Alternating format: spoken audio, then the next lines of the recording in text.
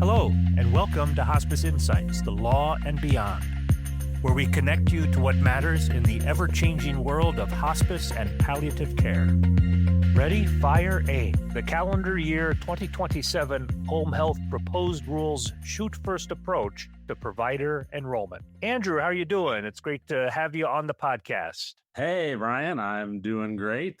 Always great to be on the podcast. Good. And there's certainly been a lot of talk about this year as the year of crushing fraud and expanding authority. And we've tried to keep up with our podcast. It's almost like we need a weekly podcast instead of every 2 or 3 weeks just to stay on top of things. So, Right.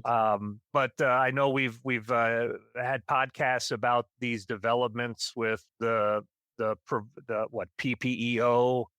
We've had a podcast on some court successes our hospice team has had. And so we know CMS is being aggressive, but there are rays of hope out there and certainly winning strategies. So I like the title of this particular podcast, Andrew, the Ready, Fire, Aim, because that seems to have been a modus operandi for CMS, where you can call it casting a wide net, ready, fire, aim, where really taking a very broad-based approach to enforcement or crushing fraud that captures some innocent bystanders or collateral damage within. And that's where you and I have been able to help hospices get through that. Yeah, totally. Kind of guilty until proven innocent approach. And we've seen that with like all the hospice and home health payment suspensions out in California, where providers are being suspended based on an aggregate metric as opposed to any kind of particularized findings. So this is sort of this proposed rule that we're going to be talking about is sort of in a similar vein. Yes. And so now the title of this refers to the home health rule. So Andrew, is this just about home health? Yes. No, it's not. This is a proposed rule that it's the vehicle itself is the kind of annual home health payment rule, but within that rule, CMS put a wide variety of Medicare-wide provider enrollment provisions that again don't apply just to home health agencies, although some of the provisions actually do apply specifically to hospices and home health agencies. Okay, and that's we see that from time to time with CMS coming out with rules. You can't just go by the title of their proposed rule. You kind of have to dig into the details to see, is this really affecting our provider type? And this is one of those instances. So we're going to talk about the way this proposed rule affects enrollment. The rule has implications beyond just enrollment. There's program integrity, there's home health stuff, but let's focus on the enrollment part of it, which goes beyond just home health. And I think there's a number of topics to talk about. The first one relates to affiliations and the requirement to disclose affiliations. And when I think of affiliations in the enrollment and revocation of billing privileges context, it makes me think of recent strategies by CMS where if they are investigating a hospice and they review some medical records, they believe the medical records do not support a terminal prognosis, they could revoke that hospice's billing privileges. And let's say that happens to Hospice A. Well, what we have seen is the medical director for Hospice A may also be the medical director for Hospice B and may also have his or her own private geriatric practice, for example. And based upon that affiliation, the commonality of that medical director, CMS then goes to Hospice B and the physician's geriatric practice and revokes their billing privileges. So we've seen the consequences of affiliation. What does this rule do in that area?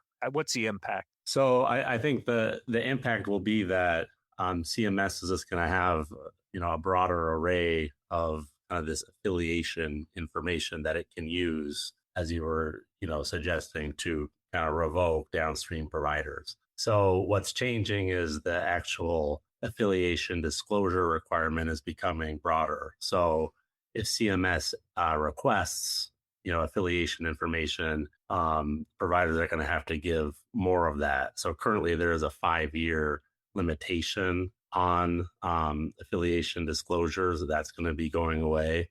So these disclosures or the information contained in them is not going to be time bound anymore. And then there's a current kind of more limited array of relationships that qualify as affiliations.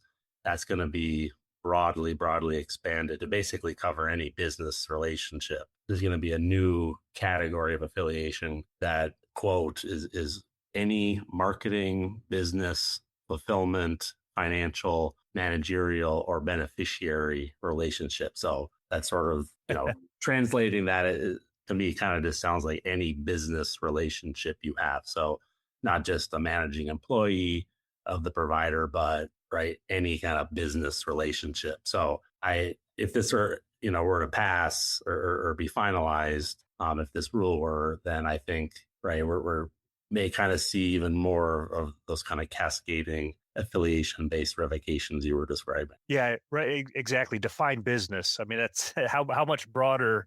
You can't get much broader than just saying business. You raise a good point, though, and before we get too far ahead of ourselves, this is a proposed rule, right? Yes. So why don't you describe the implications of this being a proposed rule? Yep. Yeah. So the rule was proposed as this kind of part of the annual home health rulemaking cycle, and it is a calendar year rule. So this rule in some form or another will be finalized, November, somewhere around then, and it will go into effect for calendar year 2027. So kind of these changes that we're talking about do assume that these proposals are finalized as proposed, and then they would take effect next year, 2027. And part of this rulemaking process is a public comment period. So Yes. folks are able to comment and raise concerns about or object to or support any of these. And then when that final rule comes out, CMS will publish a summary of all the comments and their response to them. I think the feeling is, and what often happens is, nearly all of these proposed rules do eventually get into the final rule. There's certain exceptions from time to time, but it may be a safe bet, especially under the current environment, that where CMS is trying to obtain for itself broader authority and more tools, that's exactly what they're aiming for. And even if people object to them in comments, CMS has the final word on all of that. So, Right. yeah. Well, totally. And I mean, there's just so many proposals. We're only covering kind of a few high level ones today. So even if, right, not 100% of these are finalized as proposed, I think in all likelihood, most of them will be. So getting back to the topic of this affiliations disclosure, you talked about the current 5-year limit being eliminated. So if you have an affiliation with a person who 10 years ago had an adverse event, that would be disclosable upon request. That Yes. okay. All right. Yeah. So definitely more for CMS to look into if it chooses. And the domino effect we've seen with medical directors could be expanded to any number of other kinds of relationships that are out Right. there. So, Right. all right. So we have an expanded affiliation disclosure standard. What else is in this new rule relating to enrollment issues? Yeah. Well, there's a ton of new revocation and denial bases. So, and by denial, I mean a denial of an initial enrollment application or a revalidation enrollment application. And then a revocation, of course, is when CMS takes action against you and revokes you from Medicare and terminates your Medicare provider agreement. So currently, there are enumerated bases, whereby CMS can take those actions. This proposed rule expands those bases.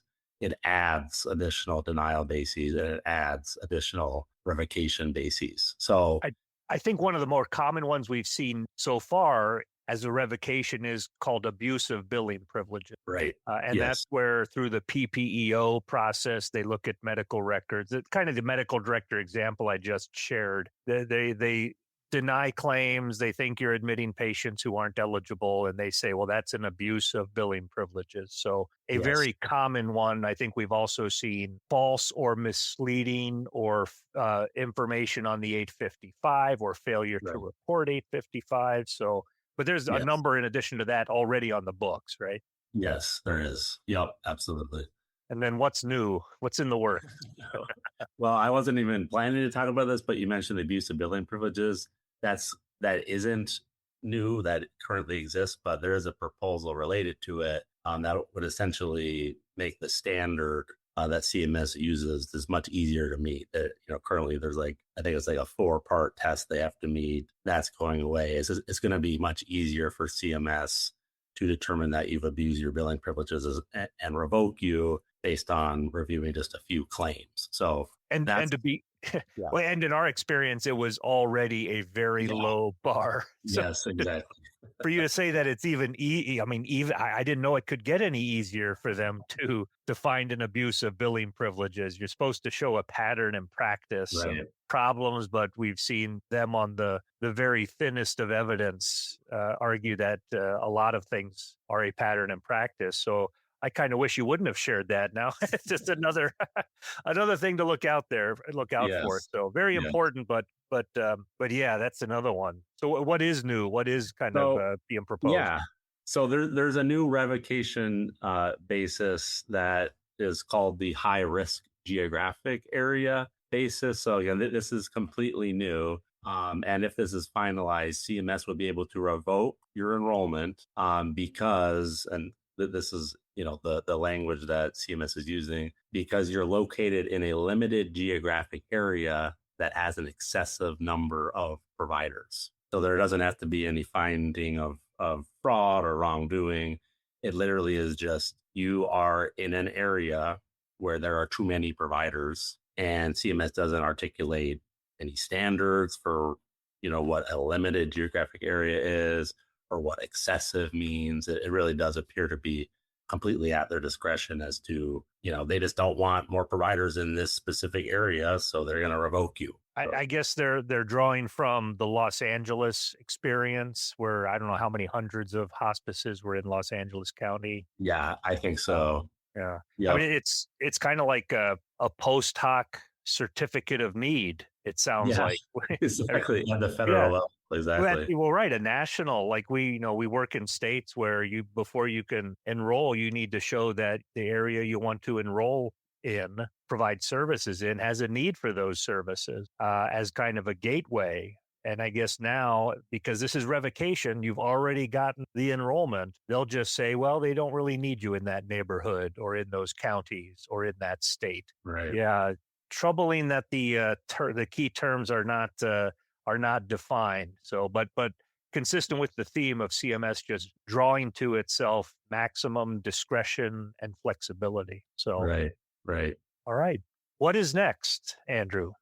So wanted to talk about a new denial ground. So again, this is when CMS denies your enrollment application. And obviously we're in a moratorium right now for hospice and home health. So no one's filing new enrollment applications, but I do think a revalidation application would count here in terms of this denial authority. And this is specific to hospice. So the new denial ground pertains to hospice medical directors and hospice administrators. So under this new proposal, CMS could deny your enrollment if your medical director serves at multiple other hospices, is too geographically distant to realistically perform required functions. If the administrator serves at multiple hospices, and similarly is too far away, or if the medical director lacks a physician license in the practicing state.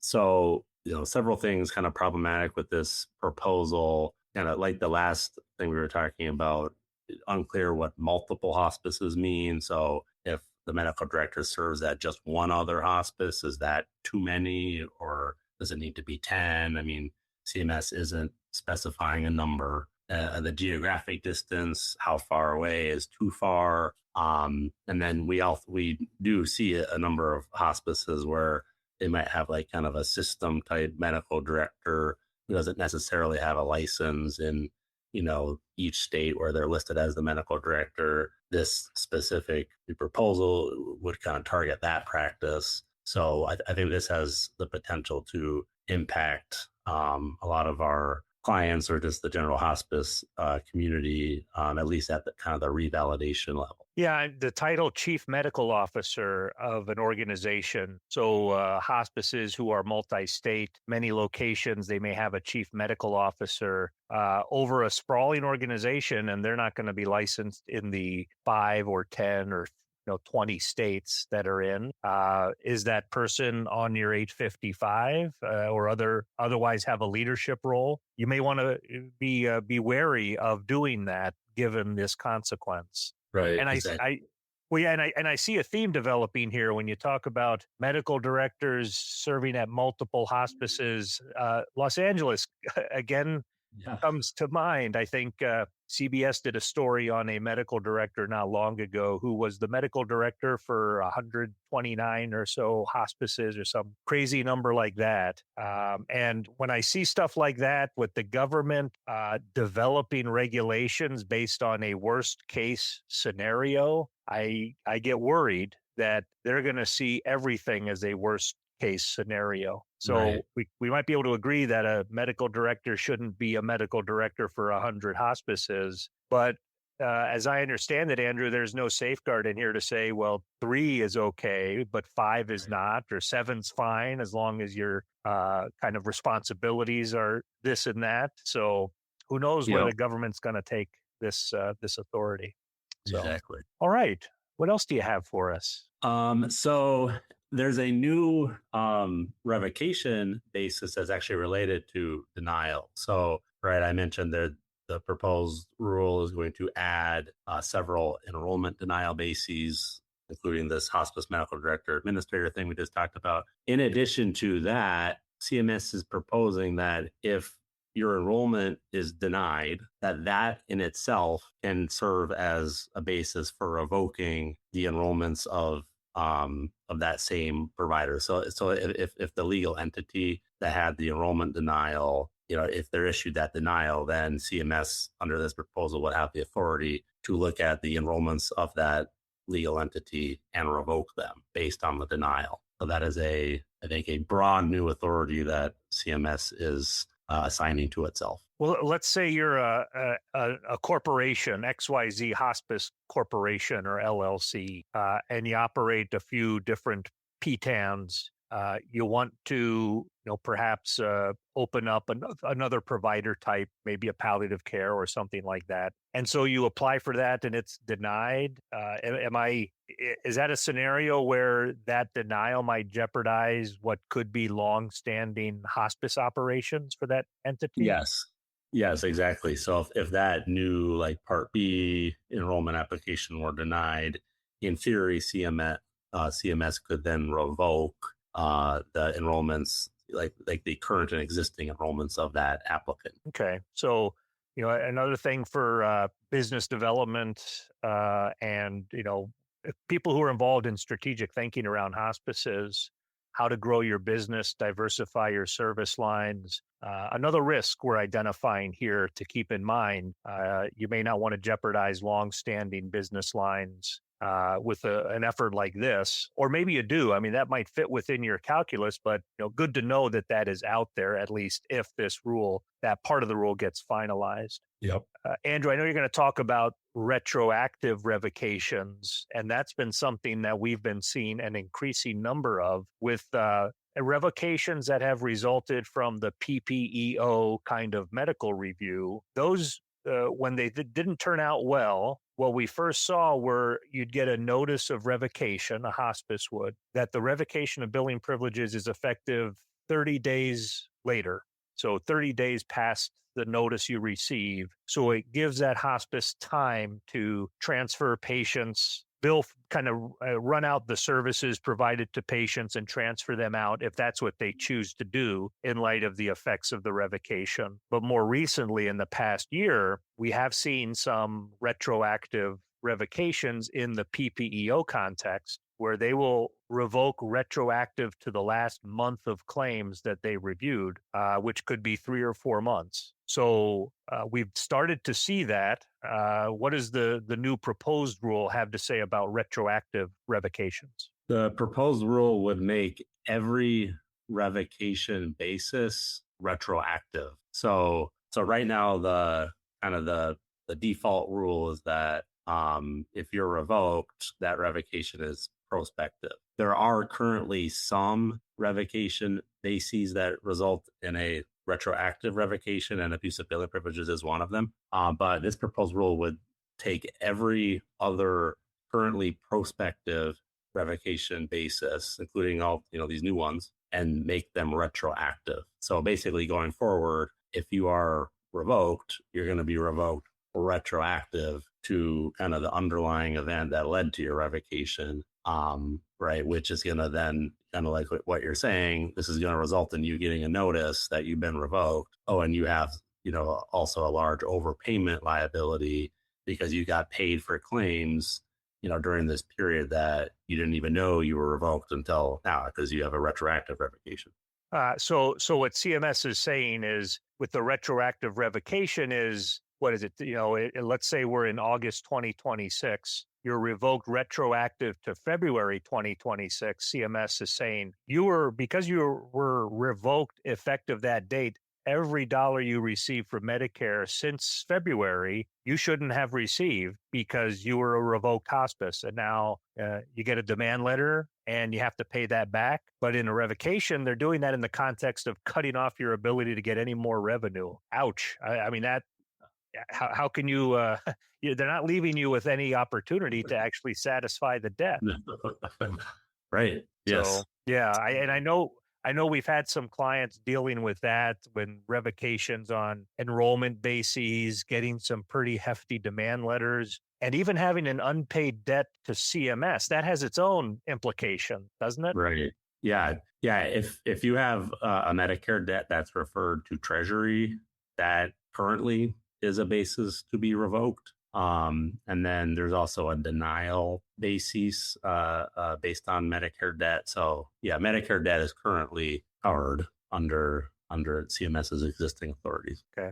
And I know, to give some people some insider knowledge about our team, we've been familiar with a lot of these revocation issues for some time, and trying to examine, what's the authority of CMS to do a lot of these. And we're exploring some areas or some arguments to say maybe CMS is stepping outside of its authority around retroactive revocations or revocations themselves. So, when we're working with clients, we're exploring all of those opportunities there. An expanded rule and a rule that expands their authority.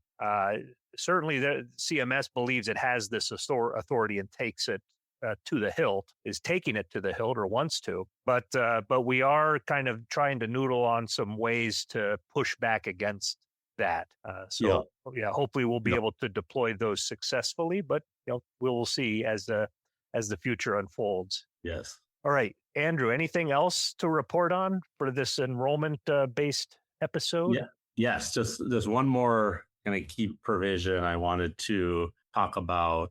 It relates to the moratorium. So obviously right now there is a nationwide Medicare enrollment moratorium for both hospice and home health. That applies to new enrollments, as well as A55 applications to add new locations to existing enrollments. So, right, that's been in place since May. It may be extended, after it's set to expire in November. But in this proposed rule, CMS is proposing that if you submit a reactivation application, that counts as a new enrollment. So, therefore would be prohibited by the moratorium. So if this proposal is finalized, what this means is that if you are deactivated, so if you have your Medicare billing privileges deactivated, which is sort of a much easier, standard to meet. This is a more common occurrence than like a revocation.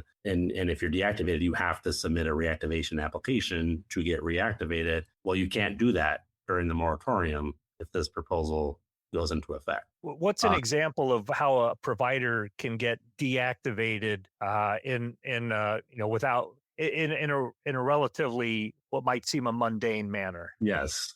Well, I mean, the most common way that I see this happening is you fail to respond to like a development request. So you submitted a 55 application, maybe to change your medical director. The MAC emails you because they want you to do something else with the A55. You miss the email maybe, or you respond, but you do so in a way that the MAC thinks is insufficient. That is the basis, or can be the basis, and is in fact the basis we see all the time for deactivations. Another common one would be if you're not billing Medicare, for a 6-month period, you can be deactivated. So we see that happen often as well. But yeah, like you said, these can be very mundane. We've even seen the MAC kind of erroneously deactivate providers based on some kind of glitch within the MAC system. So, I mean, I think this is kind of an alarming provision, because if you are, kind of mundanely deactivated in the way we're talking about, well, then you basically can't bill Medicare for however long the moratorium lasts, which is a complete unknown. Yeah, and deactivation is familiar to me in the PPEO process, because PPEO can be imposed on new hospices in those 6 states where it currently applies. And one way to be a new hospice is reactivation. So it sounds like, it's, the good news is you won't get a PPEO if you're deactivated. But you won't get one because you won't be able to reactivate. Right. So Yes. So they already had a way to kind of scrutinize you with PPEO, but seemingly that was not enough. They're just going to cut you Right. out entirely. So, Yeah. all right. Well, so that's kind of maybe the world hospices are going to live in the next, starting in 2027 if the rule goes through. So Yeah. now again, people are able to comment on this, so public comments are welcome. And if you have something to say about these rules, feel free to do that. I think a lot of the national organizations, they typically submit comments of support or criticism or objection, depending upon the topic. So those are publicly available. You'll be able to see those as well. You mentioned maybe later this year. Do we have a sense of when these kinds of rules are typically finalized, that we might see what actually got into the final rule? I feel like the calendar year rules tend to be finalized in November. So yeah, I'm sort of anticipating, because I think comment period closes at the end of August. Then there'll probably be a couple month period where CMS is entertaining the comments and deciding what ends up in the final rule. So yeah, I would anticipate sometime in November we'll find out what the final rule looks like. All right. Any final comments, Andrew, regarding this interesting development and all this new enrollment activity? I mean, this is just kind of continuing the trend, that we're seeing with CMS really focusing on fraud, and particularly in the hospice and home health space, and casting that wide net, the shoot first kind of mentality. So kind of part and parcel of what we've seen. These are times to be very vigilant and have a effective compliance program if you're a hospice or a home health agency. So yeah, stay with it, I guess. Yeah, stay with it. Andrew he leads our regulatory work. So he and the attorneys that he and I both work with, and our colleague Adam Royal, Zaina Niles, we're here to support whatever hospices encounter along the way. And Andrew, you and I have mentioned the moratorium that is set to expire maybe October, November, and I've heard some comments about perhaps the enrollment limitations in this proposed rule will be viewed as a way to lift the moratorium, because with these new enrollment limitations, they're kind of accomplishing something that the moratorium was designed to do in a relatively more immediate way. my perspective is moratoria have often been imposed for more than 6 months. So I think I would hope that they would move away from the moratorium if these are all finalized, but I wouldn't hold your breath. So Right. I wouldn't either. And I mean, even that last topic we were talking about, if CMS is intending to not extend the moratorium after November, why would it be proposing that starting in January, there's a new type of enrollment that's covered under the moratorium? So well, yeah, I yeah, would that not. might be that's a great point that I that kind of went over my head. Exactly. They're already thinking of ways to change the moratorium effective 2027. That might be the biggest tell or reveal. An obvious point that I'm glad you made it obvious to me. So all right, so we could probably anticipate the moratorium continuing on top of these things, and hopefully CMS will achieve its goals, and then we get to hear about all this deregulation that the current administration has been talking about. We'll see. So thank you thank you very much, Andrew. It's as always a pleasure. I appreciate all the knowledge and depth of information and experience you're able to share. So thank you very much. Thank you, Brian. All right, take care, everybody. That's it for today's episode of Hospice Insights, The Law and Beyond. Thank you for joining the conversation. To subscribe to our podcast, visit our website at hushblackwell.com or sign up wherever you get your podcasts. Until next time, take care.